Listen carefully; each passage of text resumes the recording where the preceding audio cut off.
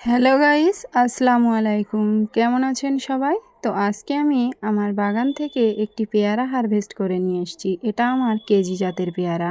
আর এই পেয়ারাটা হারভেস্ট করেছি, আমি একটি বড় ভিডিও আপলোড দিয়েছি। অবশ্যই দেখে নেবেন। যারা আমার চ্যানেলটি এখনও সাবস্ক্রাইব করেননি, একবার সাবস্ক্রাইব করে রাখবেন।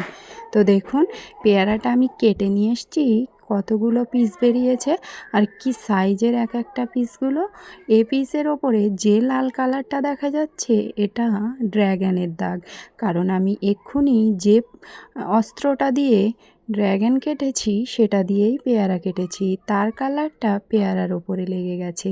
তো এই পেয়ারাটার স্বাদ বলে বোঝানো যাবে না। এই পেয়ারাটা এত পরিমাণে স্বাদ আর এত মিষ্টি, কখনোই কল্পনা করা যাবে না। তো আমি আগে কখনো এত স্বাদের পেয়ারা খাইনি। এই পেয়ারাটা খাওয়ার পরে আমি তখনই বুঝলাম পেয়ারারও এত